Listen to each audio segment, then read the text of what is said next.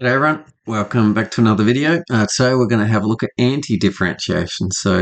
If this is new to you, then you may have just sort of come from a place where you've just been doing differentiation. In other words, taking the derivative of different functions, different expressions. What we're going to look at today is we're going to start to look at how to go backwards. And there might be a part of you that goes, well, I know the derivative, the reason for that is finding the gradient of something, the rate of change of something. There's reasons for that. But why the hell do we want to go backwards?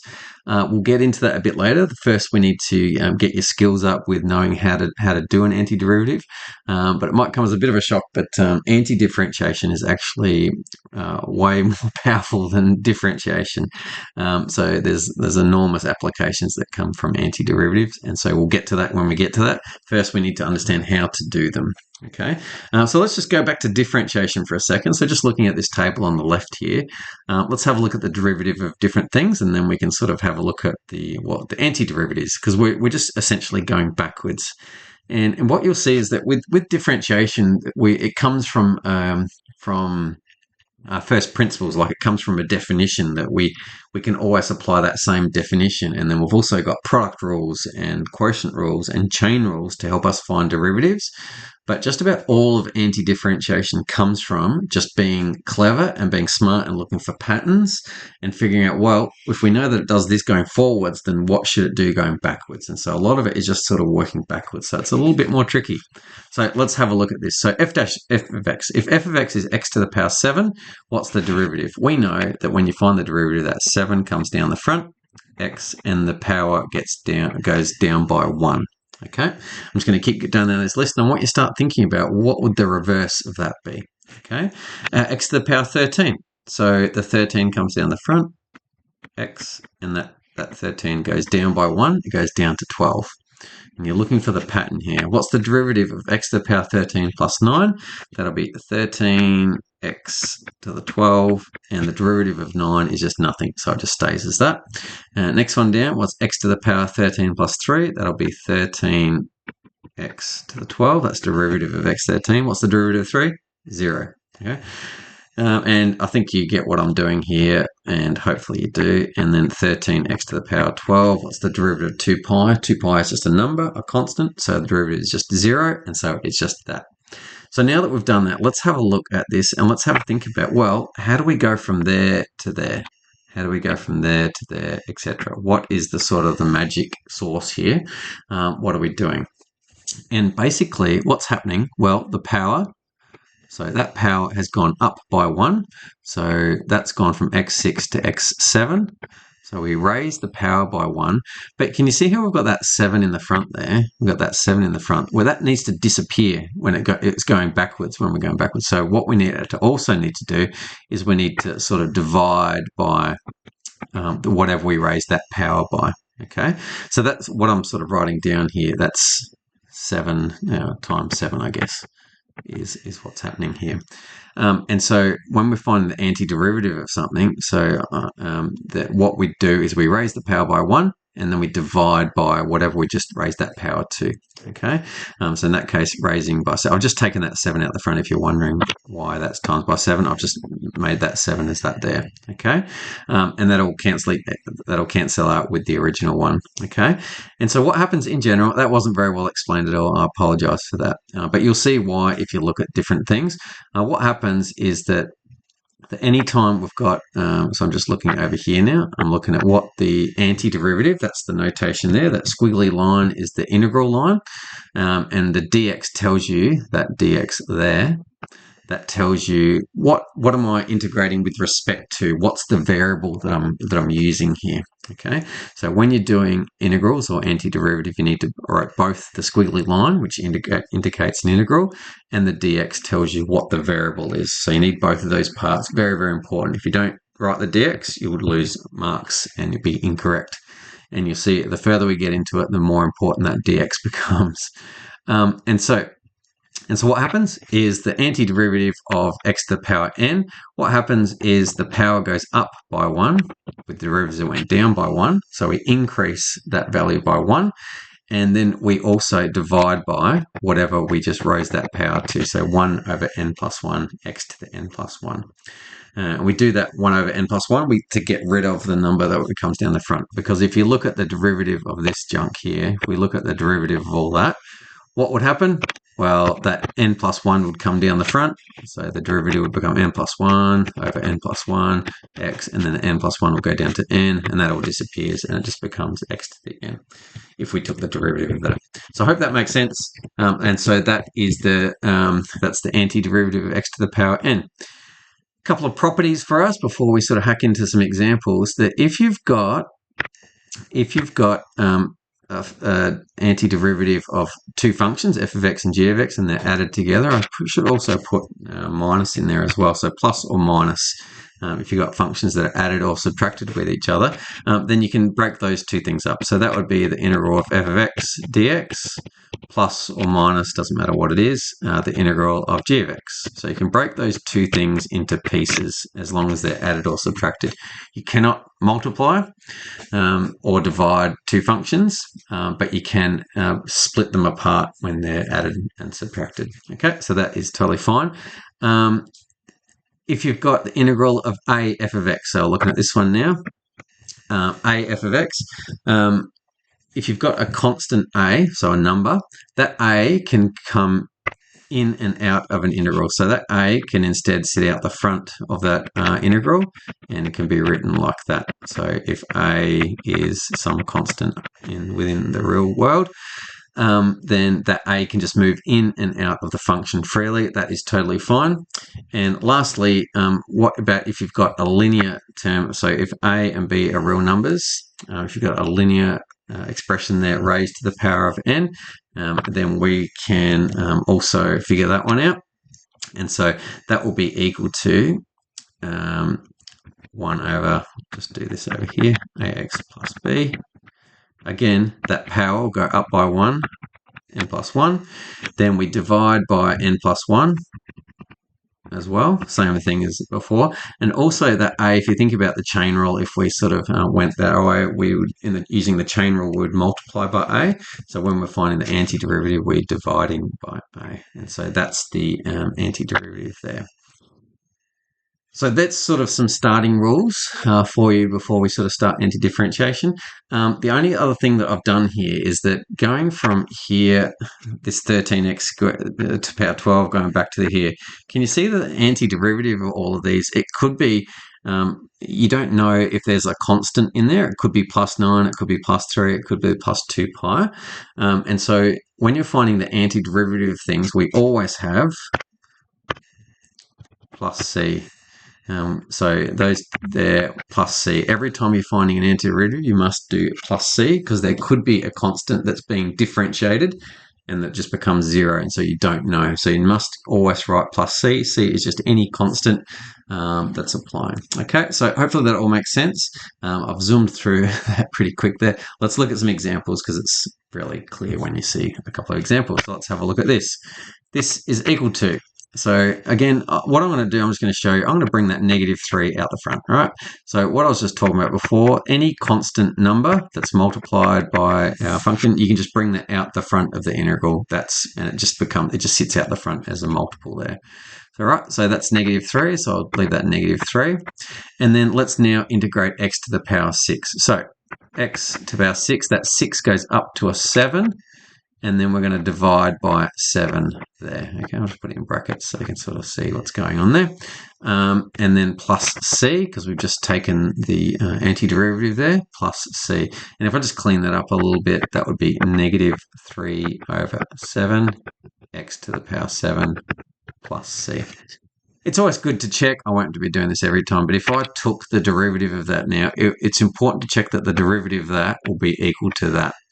Okay, and if you do the derivative, the 7 comes down the front. That will cancel out with that 7. You'll be left with -3x to the power 6. That c will go to 0, so it'll be -3 to the power x. So yeah, the derivative of that, it does work. Okay, good to check that when you're not sure about what you're doing, when you're new to antiderivatives. Go, well, I'll just find the derivative of this and just see what happens. Let's go again. So this one, I'm going to just change this so that instead of having a root x on the bottom line, I'm going to have it as a power. So that 7 is on the top line. I'm going to write that as 7x. It's on the bottom line and it's a square root, so that'll be to the -12. dx. I'm just going to change that around a little bit. Now it's something that I can find the antiderivative of. Again, that 7 can come out the front, but to be honest, once you get used to antiderivatives, I'm just going to leave that 7 sitting out there, and then I'll deal with the antiderivative of x to the power negative half. So antiderivative, that negative half is going to go up by 1. So negative half plus 1 will make half. Okay, so we've added 1 to it. And then I need to divide by, and I'll just sort of write it, I'll divide by half on the bottom line there as well. Okay, so I've increased the power by 1, and then I've divided by whatever that power ended up being. So it's gone up to a half from negative half, plus 1 is positive half, divided by positive half. And so we get that, plus c. We'll just neaten that up. When you divide something by half, you're actually timesing it by 2. So that will be equal to 14. Oh, geez, what the heck was that? It's the weirdest one I've ever written. 14 x to the half plus c. So that's my answer there, 14.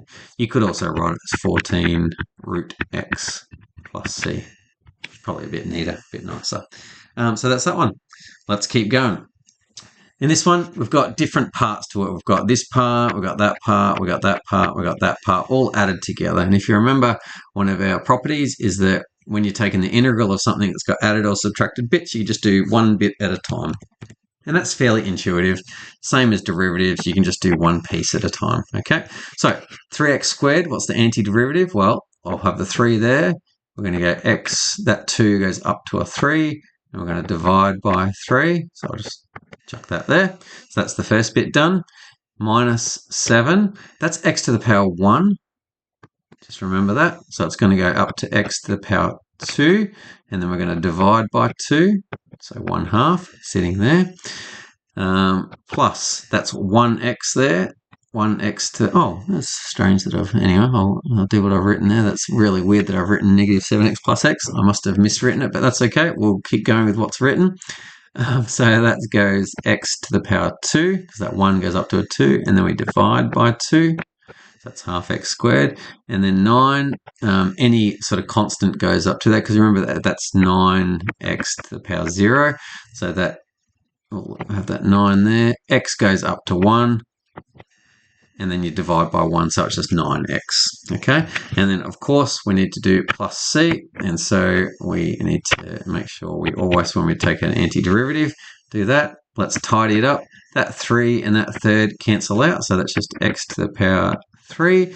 That's minus 7 over 2 x squared plus half x squared plus 9x plus c. I should equate those. See, I don't know why I wrote it like that, but anyway.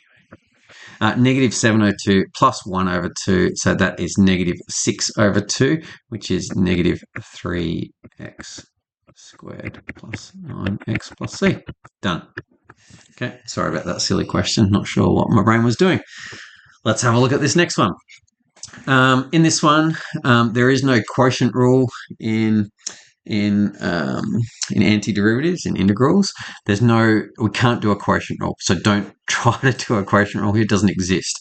We need to actually do some little sort of magic and different things here to get it into a form that we can find the antiderivative for.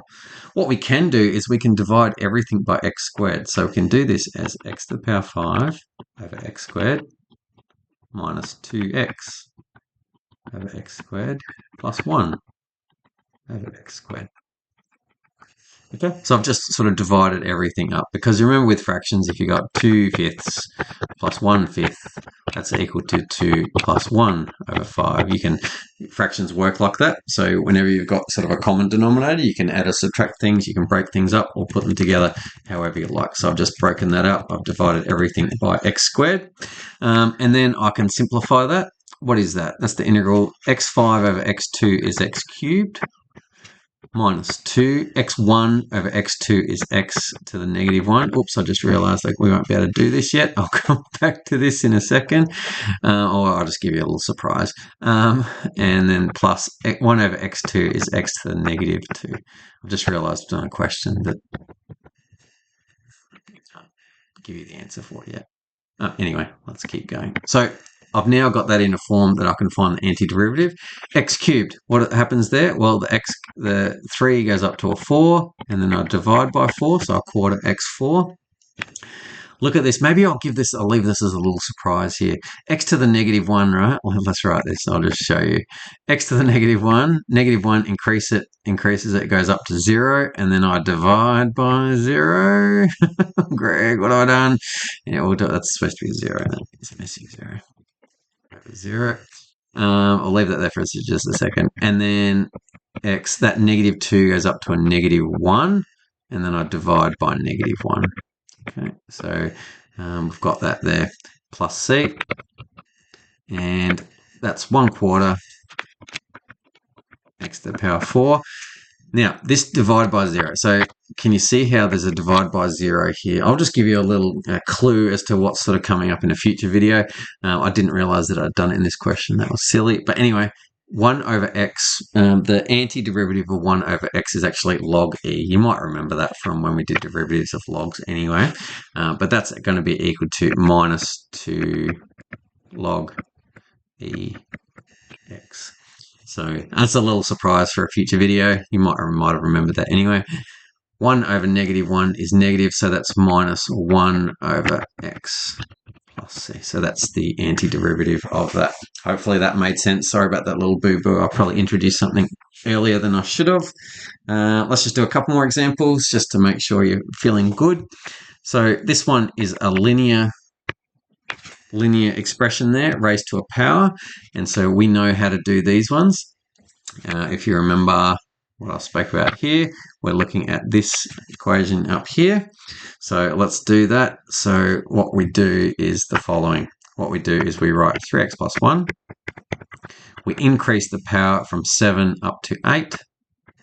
We divide by 8. And we also divide by whatever the number is in front of x. So the a, the thing that's in front of x, we also divide by 3. So it'll be 1/3 in front of there as well.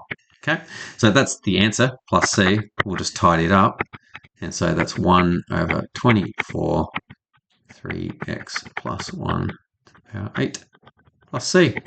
Nice and easy when you've got things in the form that you already want them in, when there's something you know. Last one for today. Let's do this. Again, let's rewrite this in the form that we know how to do it. That negative 3, we can just sit that out the front, and then, let's put it as a power. So 4x minus 1 to the negative half. It's negative because it's on the bottom line. It's half because it's a square root. So we've just rewritten that. Now we can apply the same formula that we just applied before. So that's going to be negative 3. I'm just going to leave that sitting out the front.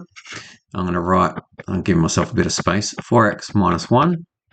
That negative half is going to go up to positive half because we're going to add 1, so that goes up to positive half. Then we're going to divide by half. Okay, so dividing by what the power ended up being. And then we're also going to divide by whatever's in front of the x, which is 4. So also dividing by that, so it's 1/4 there as well. That's the answer, but we just need to clean it. And so here we go. Just doing a bit of cancelling out here. I'll rewrite this. I'm just going to put this 4x minus 1 to the power half as that. I'll put my c there. I just need to figure out what's in front of it. It's going to be negative 3 on the top line. 4 times half is 2. And so that'll be 2 on the bottom line. So it's going to be negative 3 over 2 square root of 4x minus 1 plus c. And that is the answer for that one. Hope that makes sense. And I look forward to seeing you in the next video. Thank you.